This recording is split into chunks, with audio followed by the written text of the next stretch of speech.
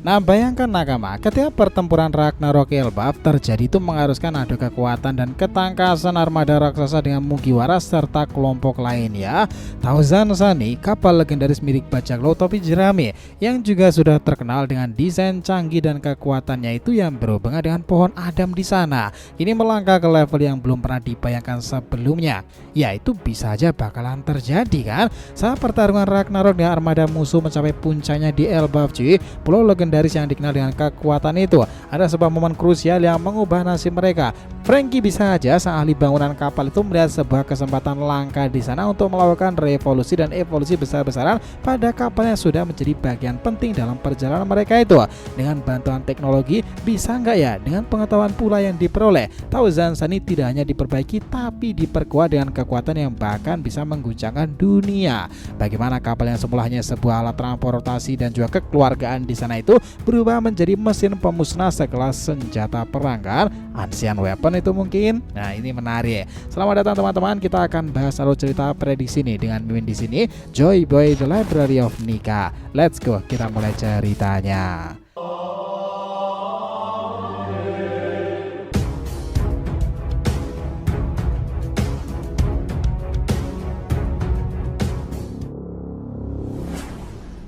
Namun sebelum masuk pembahasan, jangan lupa untuk like video ini ya nakama. Ya, sebagai bentuk support kalian semuanya nih untuk channel ini ke depannya agar terus berkembang dan berpetualang bersama Nika sang Joy Boy ini. Nah, jika sudah, terima kasih banyak dan mari kita mulai petualangannya.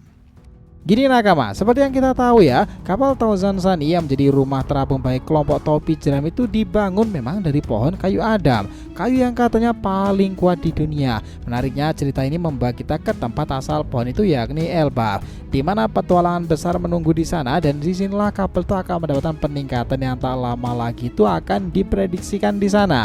Dan ya, itu seharusnya bukan sekedar perbaikan biasa kan. Salah satu raksasa rekan dari Hajuruddin kemarin aja mereka sudah mengangkatnya di sana. Bisa jadi itulah bahwa sekedar clue kecil dari Oda bahwa Thousand Sunny akan mendapatkan sinarnya tersendiri di Elbaf ini. Ingat nakama semuanya bahwa bagaimana di Water 7 ya dan Enies Lobby kala itu ada cerita besar tentang sebuah Pluton kan, senjata kuno yang sangat berbahaya.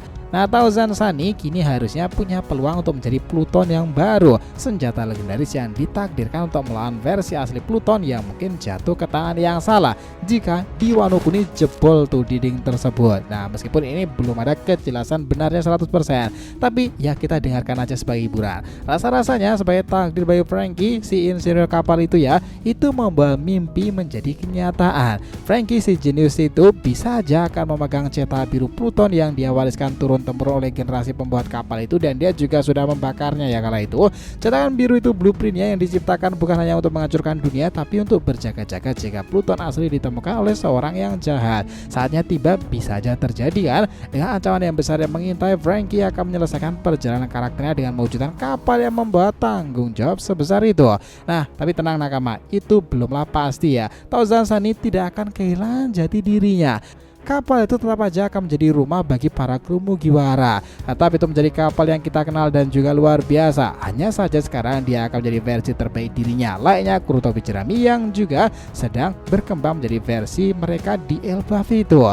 Bayangkan nakama betapa epic dan heroiknya semua itu jika terjadi di sana. Perkembangan karakternya sudah muncul sejak di beberapa art sebelumnya itu ya, yang sudah dirajut saat cerita Water 7 akhirnya menjadi puncaknya di Elbaf jika itu berkaitan dengan Thousand Sunny. Nah, namun di sini nakama, di Elbaf itu memang sesuatu halnya itu bisa berubah menjadi hal yang fantastis ya. Sebelum kita ngebahas lebih dalam, mari kita lihat kilas balik itu ya. Sejak cerita Water 7 dimulai di sana, semacam ancaman Pluton pertama kali diperkenalkan Robin sebagai arkeolog yang bisa membaca poneglyph, mewakili sisi bahaya dari sejarah yang diungkapkan. Sementara itu Franky dengan blueprintnya memang menjelaskan seperti bahaya dari penciptaan sesuatu yang baru. Nah, ada satu yang penting yang muncul dalam ceritanya sebagai pesan. Robin menunjukkan bahwa menggali informasi sejarah bukanlah hal yang buruk, malah itu adalah langkah yang benar untuk melindungi masa depan pula. Begitu pula dengan Franky lakukan. Dia belajar bahwa menciptakan senjata tidak selalu salah. Yang penting adalah niat dan bagaimana senjata itu digunakan kepada orang yang tepat pula. Poin di sini terasa relevan Nakama untuk masa depan cerita itu. Robin akan terus membuktikan pentingnya sejarah dengan mengungkapkan kebenaran dunia melalui Poneglyph. Franky gimana? Ya mungkin aja dia akan menunjukkan bahwa senjata terhebat pun bisa menjadi alat untuk kebaikan jika digunakan dalam tujuan yang benar. Jika itu terjadi, wah Franky mungkin bisa menjadi salah satu hal yang menarik di Elbaf itu nanti, evolusinya yang menakjubkan. Kita tahu bahwa Franky bukan hanya soal pembuat kapal biasa, dia adalah pewaris sebuah tanggung jawab besar yang telah diwariskan selama berabad-abad kan. Blueprint Pluton itu bukan sekedar dokumen biasa, tapi simbol harapan dan perlindungan dunia dari kehancuran. Ingat ya Nakama, memang ada momen penting di Water 7 kala itu yang sempat membuat cerita itu terasa berhenti sejenak. Saat itu Franky membakar Blueprint Pluton, tapi jangan salah nih, itu bukan akhir dari ceritanya, itu hanyalah langkah besar dalam perkembangannya karena Franky memang sudah paham. Dia membakar blueprint itu sebagai tindakannya sendiri dan dia percaya pada 3 hal. Pertama, bahwa Robin tidak akan pernah membangkitkan Pluton asli untuk tujuan jahat. Kedua, bahwa kru topi jerami sendiri cukup kuat untuk melindungi Robin dari tangan pemerintahan dunia. Ketiga, bahwa dirinya sendiri adalah satu-satunya orang yang layak memikul tanggung jawab besar itu kan.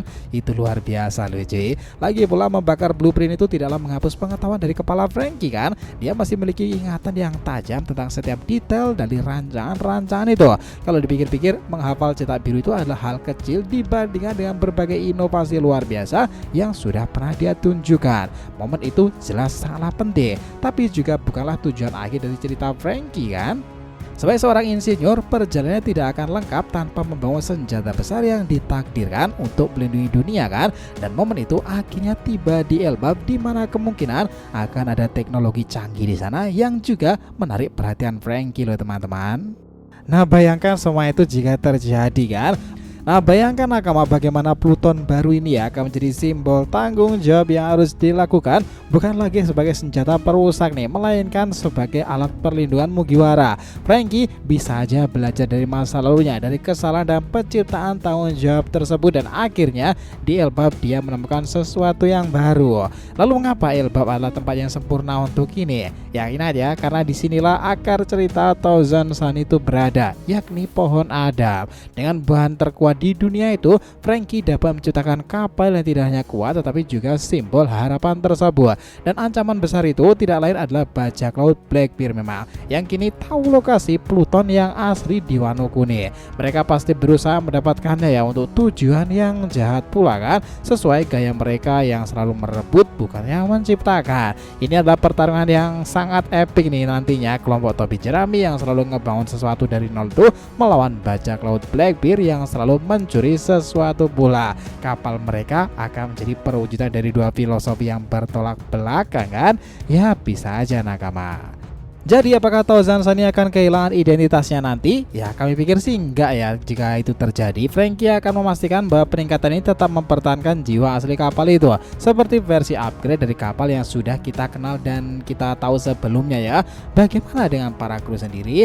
Ya mereka juga sedang menuju versi yang luar biasa pada diri mereka itu. Para anggota kru memiliki peranan penting dalam saga Elbafnya. Usopp kemungkinan memang akan berhubungan dengan Yasop dan para raksasa di sana. Apalagi Robin juga berhubungan dengan Jaguar di Saul kan, dan juga yang lainnya.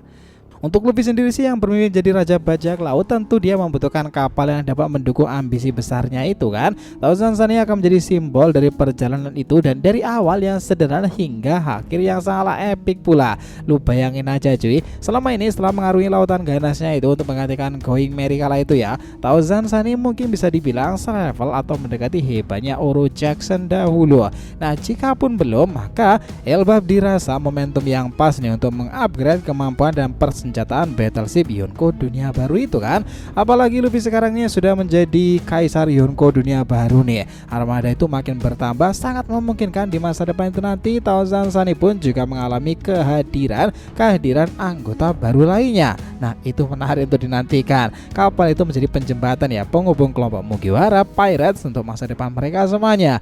Nah, jika kita simpulkan lebih gambaran umum lagi ya nakama, bahwa Thousand Sun itu bukan hanya sekedar kapal baik kru topi jerami, memang itu adalah simbol perjalanan mereka dari awal penuh tantangan hingga ambisi besar untuk menaklukkan dunia hingga ke laut Telito nanti dan mungkin peperangan yang akan terjadi. Transformasi kapal ini Elbap itu mencerminkan perkembangan karakter kru yang kini lebih dewasa, tangguh dan siap menghadapi ancaman lebih besar lagi. Dengan menggunakan warisan dari Water Seven dan kayu legendaris pohon Adam itu, Franky diharuskan untuk menjadikan Thousand Sun ini lebih berevolusi mengesankan lagi nih. Yang paling penting memang peningkatan ini tidak akan mengubah jati diri Thousand Sun ini seperti apa. Dengan filosofi yang kontras itu, mungkin perubahan evolusi Thousand Sun itu akan menghadapi tantangan dari para kru bajak laut Blackbeard. Di sanalah yang akan menarik ke depannya nanti nakama. Karena pada akhirnya ya, bahwa kisah Elbaf itu memang akan berhubungan dengan sesuatu yang erat kaitannya dengan pohon Adam tersebut. Nah, sudah sangat jelas banget ya bahwa salah satu anggota kru topi jerami itu, Franky, mengetahui betul tentang pohon tersebut dan ditambah Dory, Brogy dan para raksasa lain ada di kubu Mugiwara Pirates. Nah, itu mungkin sesuatu yang bakal menarik ke depannya jika terjadi nakama. Sepakat? Jadi itulah tadi ya pembahasan kita mengenai teori ini, Thousand Sunny 2.0 lah kita sebutnya, kapal topi jerami yang bisa digunakan sebagai senjata penghancur. Jadi terima kasih banyak telah mengikuti cerita ini sampai akhir. Jika kalian punya pendapat langsung aja komentar di bawah ini dan kita akan usahakan respon, oke? Sampai jumpa di video selanjutnya nakama, dan Joy Boy Sang Nika telah kembali ke peradaban One Piece.